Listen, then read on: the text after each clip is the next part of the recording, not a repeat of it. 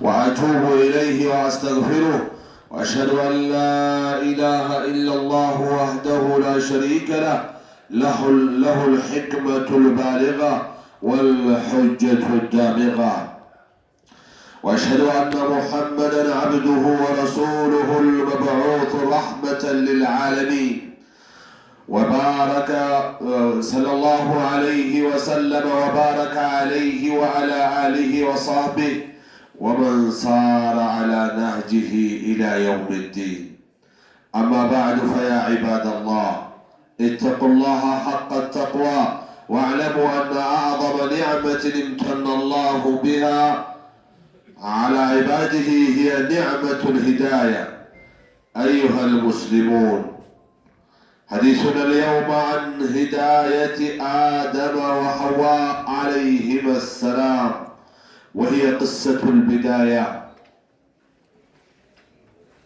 للإنسان وقصة المنهج الإلهي في الهداية والابتلاء والتوبة والرجوع إلى الله.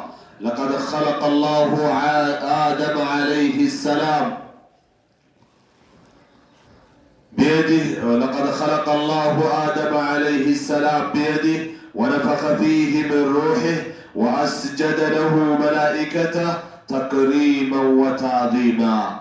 قال تعالى: ولقد كرمنا بني آدم، كما في سورة الإسراء، وأسكنه الجنة وعلمه الأسماء كلها، وأرشده إلى طريق الطاعة وحذره من عدوه إبليس، فقال سبحانه: يا آدم إن هذا عدو لك ولزوجك فلا يخرجنكما من الجنة فتشقى،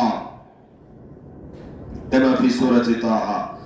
لكن إبليس لم يترك آدم وحواء، فوسوس لهما وزين لهما المعصية فوقعا في الزلل، فكانت المخالفة وكانت المعصية، لكن لم تكن النهاية ضلالا دائما،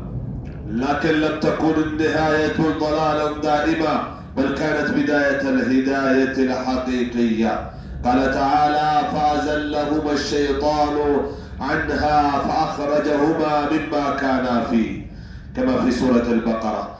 أيها المؤمنون، هناك تظهر عظمة الهداية،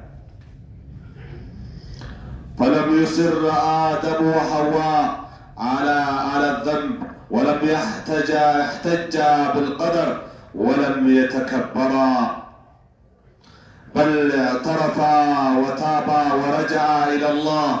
قال تعالى: قال ربنا ظلمنا أنفسنا وإن لم تغفر لنا وترحمنا لنكونن من الخاسرين، كما في سورة الأعراف. فتلقى آدم من ربه كلمات فتاب عليه. قال سبحانه: فتلقى آدم من ربه كلمات فتاب عليه إنه هو التواب الرحيم. فهذه هي الهداية، هداية بعد الزلل، ونور بعد الظلمة، وتوبة بعد معصية. عباد الله، إن في قصة آدم وحواء دروسا عظيمة. أن الإنسان قد يخطئ، لكن الهداية في سرعة الرجوع. أن الشيطان عدو مبين لا يريد لنا الخير.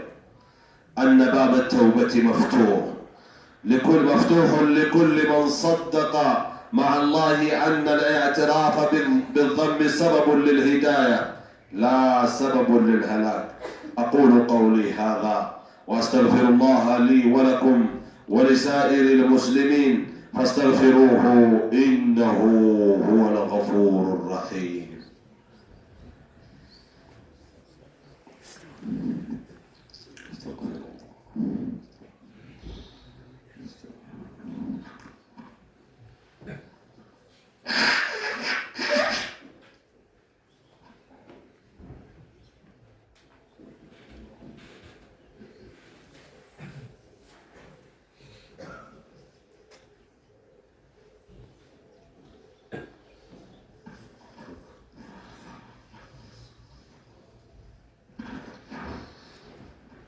الحمد لله حمدا كثيرا طيبا مباركا فيه كما يحب ربنا ويرضى، وأشهد أن لا إله إلا الله وحده لا شريك له، وأشهد أن محمدا عبده ورسوله صلى الله عليه وعلى آله وأصحابه ومن اهتدى بهديه.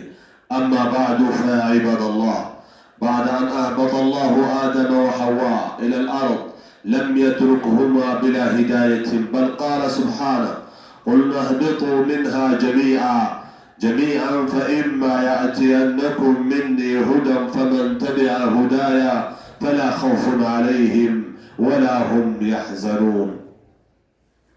فهذه سنة الله مع بني آدم، حياة وابتداء، ثم هداية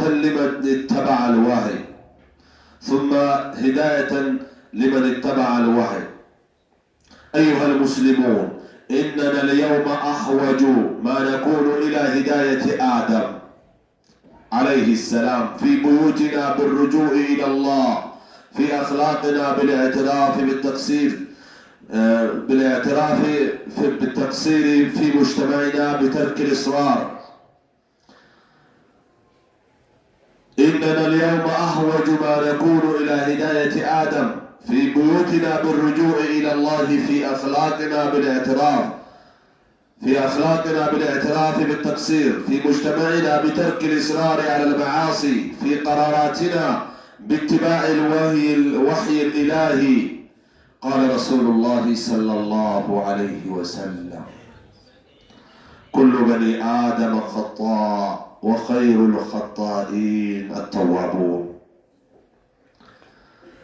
رواه الترمذي: فطوبى لمن اقتدى بآدم في توبته، لا بمن اقتدى بإبليس في كبريائه. عباد الله، موضوع خطبتنا اليوم هداية آدم وحواء عليهما السلام።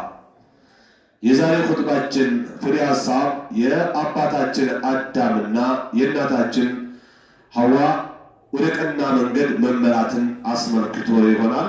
እኛም በዛው እንድንመራ ማለት ነው። ረመዳን በወር ከምናምን የገባ እንደመሆኑ እኛም ወደ አላህ ተውበት አድርገን እንድንመለስ ከአባታችን አዳምና ከእናታችን ሐዋ ወደ ቀና መንገድ ከወንጀል በመመለስ ጸጸትን በማንጸባረቅ እና ወንጀለኝነትን በማመን ወደ አላህ በመመለስ ቀናን መንገድ መመራት የሚለው ሲሆን በትክክልም የሰው ልጆች ወይም የሰው ዘር ሕይወት ታሪክ መነሻ ናቸው አባታችን አዳምና እንዲሁም እናታችን ሐዋ። ወቅሰቱል መንሀጅል ኢላሂ የአምላካዊ አካሄድ ሕይወት ታሪክም ነው። ፊል ሂዳየቲ ወልብትላ የሰው ልጆችን ወደ ቀና መንገድ በመምራትም ይሁን በተለያዩ አጋጣሚዎች በመፈተን በመሞከር ማለት ነው። ወተውበት ወሩጁዕ ኢለላህ ወደ አላህ ተውበት አድርጎ በመመለስም ከአዳምና ሐዋ ለቀድ ኸለቀ ላሁ አደም ዓለይሂ ሰላም ቢየዲህ እንደሚታወቀው ልዩ አክብሮት ሰጥቶ አላህ አዳምን በእጁ ነው የፈጠረው። ወነፈኸ ፊህ ምን ሩህ ከሱ በሆነ መንፈስም ነፍቶበታል። ወአስጀደ ለሁ መላኢከተሁ መላእክቶችንም እንዲያጎበድዱለት ስጁድ እንዲወርዱለት አድርጓል። ተክሪመን ወተዕዚማ እሱን ለማክበርና ለማላቅ ማለት ነው። ቃለ ተዓላ ወለቀድ ከረምና በኒ አደም በእርግጥም የአዳም ልጆችን አክብረናቸዋል ይላል አላህ ስብሓነሁ ወተዓላ። ወአስከነሁ ልጀና ወዓለመሁ ልአስማአ ኩላሃ ጀነት አስቀምጦታል። የስም የነገራቶችን ስም በሙሉም አስተምሮታል አላህ ስብሓነሁ ወተዓላ። ወአርሸደሁ ኢላ ጠሪቅ ጣዓ ትእዛዝ አክብሮት መንገድም ወደ ቀና መንገድም አመላክተውታል። ወሐዘረሁ ሚን ዐዱዊሂ ኢብሊስ ዲያብሎስ ከተባለ ጠላቱም አስጠንቅቆታል። ፈቃለ ሱብሓነሁ ያ አደሙ ኢነ ሃዛ ዐዱውን ለክ አዳም ሆይ ይህ ያንተ ጠላት ነውና ወሊዘውጅክ ለምስትህን እንዲሁ ፈላ ዩኽሪጀነኩማ ሚነል ጀና ከጀነት እንዳያወጣችሁ ፈተሽቃ እድለቢስ ትሆናላችሁ ተጠንቀቁ የሚል ልዩ ጠላታቸውን በሱረቱ ጣሃ 17ኛው አንቀጽ አስጠንቅቀዋል አላህ። ላኪን ኢብሊስ ለም የትሩክ አደም ወሐዋ ነገር ግን የፈለገው አላህ ቢያስጠነቅቃቸውም ኢብሊስ ግን አደምና ሐዋን የመፈታተን ስራውን ከማቀድም ይሁን ከመንቀሳቀስ ለማሳካት ከመሞከር ወደ ኋላ አላለም፣ አልተውም። ፈወስወሰ ለሁማ ጎተጎታቸው አዳምን ከሐዋ አንድ ላይ ማለት ነው። ወዘየነ ለሁም ልማዕስያ ወንጀልን አሽሞነመነላቸው። ፈወቀዓ ፊ ዘለል ስተት ላይ ወደቁ። ፈካነት ልሙኻለፈ ወካነት ልማዕስያ የአላህን ትእዛዝ መቃረንና አመፅ ማንጸባረቅ ሆነ። ከጀነት ተቀምጠው መኖር እየቻሉ ወንጀል እንዲሰሩ አደረጋቸው። ላኪን ለም ተኩን ኒሃየቱ ضላለን ዳኢማ ነገር ግን የጉዳዩ ፍጻሜ እስከ መጨረሻው ጥመት ሆኖ አልቀራም። በል ካነት ቢዳየተ ልሂዳየት ልሐቂቅያ ይልቁንስ እውነተኛ የቀጥተኛ መንገድ መመራት መነሻ ሊሆን ችሏል። ቃለ ተዓላ ፈአዘለሁም ሸይጣን ሰይጣን አታለላቸው ይላል አላህ ስብሓነሁ ወተዓላ ሁለቱንም አንሃ ከሷ ከጀነት ፈአኽረጀሁማ ከሷ ሁለቱንም አወጣቸው። ፈአኽረጀሁማ ሚማ ካና ፊህ ከነበሩበት የጀነት ጸጋ ወደ ዱንያ ውጣ ውረድና ንትርክ ስቃይ ሰቅቀን እንዲወጡ አደረጋቸው። ምክንያት ሆነ። በእርግጥ አላህ የቀደረው ነው። ነገሮችን በሰበብ ስለሚፈጽም እሱን ሰበብ አደረገው፣ አሳስቶ እንዲወጡ አደረጋቸው። አዩሃ ልሙእሚኑን ሁና ተظهر عظمة الهداية እዚህ ቦታ ላይ የደቀና መንገድ የመመራት ትልቅነት ለእኛ በግልጽ ይፋ ይሆናል ማለት ነው። ፈለም ዩስር አደም ወሐዋ ዐላ ظልም አዳምና ሔዋን በወንጀላቸው አልገገሙም። ወለም የሕተጃ ብልቀደር አላህ ወስኖብን ነው በሚልም ምክንያት አላቀረቡ። ወለም የተከበራ አልኮሩም። በል اعترف ወታባ ወረጀዐ ኢለላህ በወንጀላቸው አመኑ፣ መሳሳታቸውን ተቀበሉ፣ ወደ ጌታቸውን ተዋደቁ። ቃላ ይላል አላህ ስብሓነሁ ወተዓላ አሉ አዳምና ሔዋን ረበና ዘለምና አንፉሰና ጌታችን ሆይ እራሳችንን በተለያዩ የወንጀል አይነቶች ልክ አሁን እኛ እንደምንበድለው ያኔ አትብሉ የተባለችውን ዛፍ በመብላት ራሳችንን በድለናል አሉ። እነሱ አመኑ። ወኢን ለም ተግፊር ለና ወተርሐምና አሁን አንተ የከለከልከንን ዛፍ በልተን ወንጀል ፈጽመን አንተ ካልማርከንና ካላዘንከልን ካላለፍከን በስተቀር ለነኩነነ ሚነል ኻሲሪን እኛ ከከሳሪዎች እንሆናለን አሉ። ሱረቱል አዕራፍ 23ኛው አንቀጽ እንደተገለጸው ማለት ነው። ፈተለቃ አደሙ ምን ረቢሂ ከሊማት ይላል። አላህ ከጌታው ቃላቶችን ተቀበለ። ፈታበ አላሁ ዐለይህ አላህም ተውበቱን ተቀበለው። ቃለ ሱብሓነ ያን አስመልክቶ አላህ ይላል ፈተለቃ አደሙ ምን ረቢሂ ከሊማትን ፈታበ ዐለይህ አዳም ቃላትን ከጌታው ተቀበለና አላህም ተውበቱን ተቀበለው። ኢነሁ ሁወ ተዋቡ ረሒም እርሱ አላህ እጅግ መሐሪና አዛኝ የሆነ ጌታ ነውና እጅግ መላሳና ተውበት ተቀባይ የሆነ ጌታ ነውና ተውበቱንም ተቀበለው ጸጸቱን። ከዛ ወደ ቀና መንገድ እንዲጓዝ አደረገው ማለት ነው።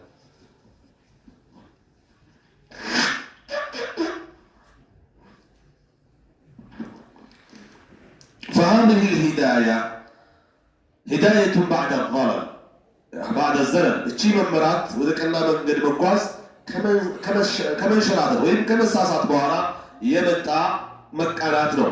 ወኑር بعد الظلم ከጽልመት በኋላ የተከሰተ ብርሃን ነው።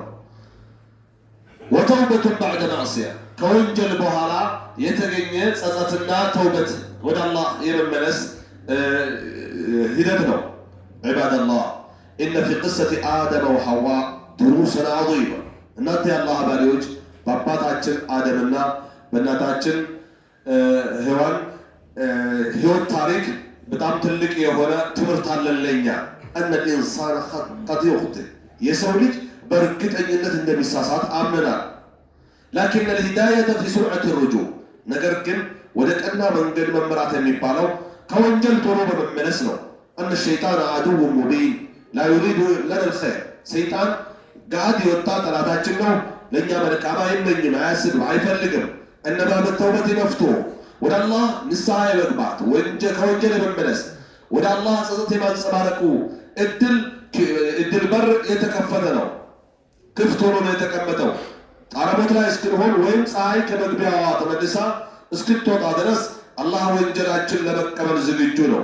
ለማን ሊኩል መን ሰደቀ መዐ አላህ በአላህ كالله قا أولتن لهون بمرو أن الاعتراف بالضم وانجلنينة المامن ممنس مسستنا دكامين على ممنس مقرد سبب للهداية لا سبب للهلاك ودكنا منقد የመመራት መንገድ ነው እና ምክንያት ነው የጥፋት ምክንያት አይደለም ወንጀለኝነትን አምሮ መቀበል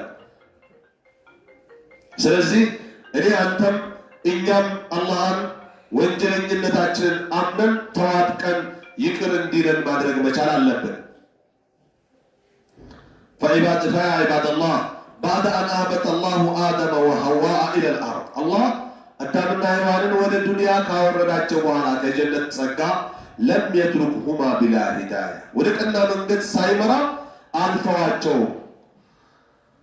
بل قال سبحانه ይልቁንስ አላህ سبحانه وتعالى አለ قلنا اهبطوا منها ውረዱ ከጀነት አላቸው ይላል ከሷ ሲባል جميعا ሁላችሁ فإما يأتينكم مني هدى ከኔ መመሪያ የመጣችሁ ይሆን እንደሆነ فمن تبع هدايا يريد ممريا يتكتل فلا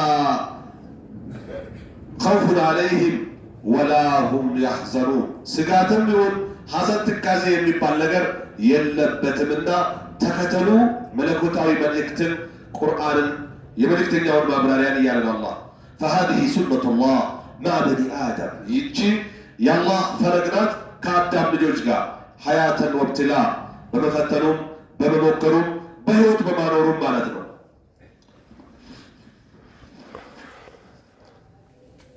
ثم هداية لمن اتبع الوحي ከዛም መለኮታዊ መልእክትን የተከተለን ሰው ወደ ቀና መንገድ መምራት ነው أيها المسلمون إننا اليوم أحوج ما نكون إلى هداية آدم እኔ አንተ አንቺ እኛ እናንተ አሁን ባለንበት ተጨባጭ የአዳምን አይነት ወደ ቀና መንገድ ለመመራት እጅጉኑ የተገባን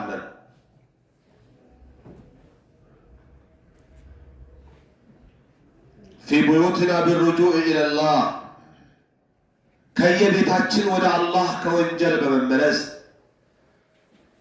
في أخلاقنا بالاعتراف بالتقصير ከስነ ምግባራችንም ሚጠበቅብን ከመስራት በታች መሆናችንን ከመሆን ካለብን ውጭ መሆናችንን በመቀበል في مجتمعنا بترك الإصرار على المعاصي ወደ ህብረተሰብ ስንወጣ ወንጀል ላይ ከመገገም በመመለስ እጅግ አስፈላጊ ወቅት ላይ ነው ያለነው في قراراتنا በውሳኔያችንም እንዲሁ في اتباع الوحي الإلهي አምላካዊ መለኮታዊ መልእክትን ቁርአን ሐዲስን በመከተል ወደ አላህ መመለስ በውሳኔያችንም እጅግ ያስፈልገን ወቅት ላይ ነው ያለነው قال رسول الله صلى الله عليه وسلم رسولም ብለዋል كل بني آدم خطاء የሰው ዘር ተብሎ ሁሉም እጅግ ወንጀለኛ ነው አሉ ረሱል አለይሂ ሰላቱ ወሰላም ባይሆን وخير الخطائين التوابون እጅግ ወንጀለኛ ከሚባሉ የሰው ዘሮች ሁሉ እጅግ በላጩና የተሻለ የሚባለው አሉ ረሱል አለይሂ ሰላቱ ወሰላም التوابون ከወንጀል እጅግ መላሳ የሆኑ ተውበት የሚያደርጉ የሚጸጸቱ የሚመለሱ ወንጀላቸውን ትተው ላለመመለስ የሚወስኑና በመከልከላቸው የሚጸጸቱ ናቸው አሉ ፈጡባ ሊመን ተዳ ቢአደም في توبته ኢማሙ ትርሚዚ የዘገቡት ዘገባ ነው ሐዲሱ ከዛም ፈጡባ ሊመን ተዳ ቢአደም في توبته በተውበት አድርጎ በመመለስ አደምን አርአያ ያደረገ ደስታ ተረጋገጠለት ላ ቢመን ተዳ ቢኢብሊስ في كبره በኩራቱ ዲያብሎስን የተከተለ ሰው ሳይሆን እና ከወንጀል በመመለስ አዳምን የተከተለ ደስታ ተረጋገጠለት ይላሉ عباد الله ألا صلوا وسلموا على من أمركم الله عز قائلا عليما إن الله وملائكته يصلون على النبي يا أيها الذين آمنوا صلوا عليه وسلموا تسليما اللهم صل وسلم وبارك على عبدك ونبيك محمد بن عبد الله وعلى آله وأصحابه لا سيما العشرة المبشرين بالجنة فمنهم الخلفاء الراشدون الأربعة فمنهم أبو بكر الصديق وعمر الفاروق وعثمان ذي النورين وعلي بن أبي طالب رضي الله عنهم وأرضاهم. اللهم ارض عنا بفضلك وكرمك يا أكرم الأكرمين. اللهم اهدنا كما هديت آدم، اللهم اهدنا كما هديت آدم، وتب علينا كما تبت عليه، واجعلنا من التوابين المتطهرين. اللهم أصلح قلوبنا واهد شباب المسلمين، واحفظ بلادنا وبلاد المسلمين من الفتن ما ظهر منها وما بطن. اللهم اغفر للمؤمنين والمؤمنات الأحياء منهم والأموات. إن الله يأمر بالعدل والإحسان وإيتاء ذي القربى وينهى عن الفحشاء والمنكر والبغي يعظكم لعلكم تذكرون. واذكروا الله العظيم يذكركم واشكروه على نعمه يزدكم ولذكر الله أكبر والله يعلم ما تصنعون. أقم الصلاة.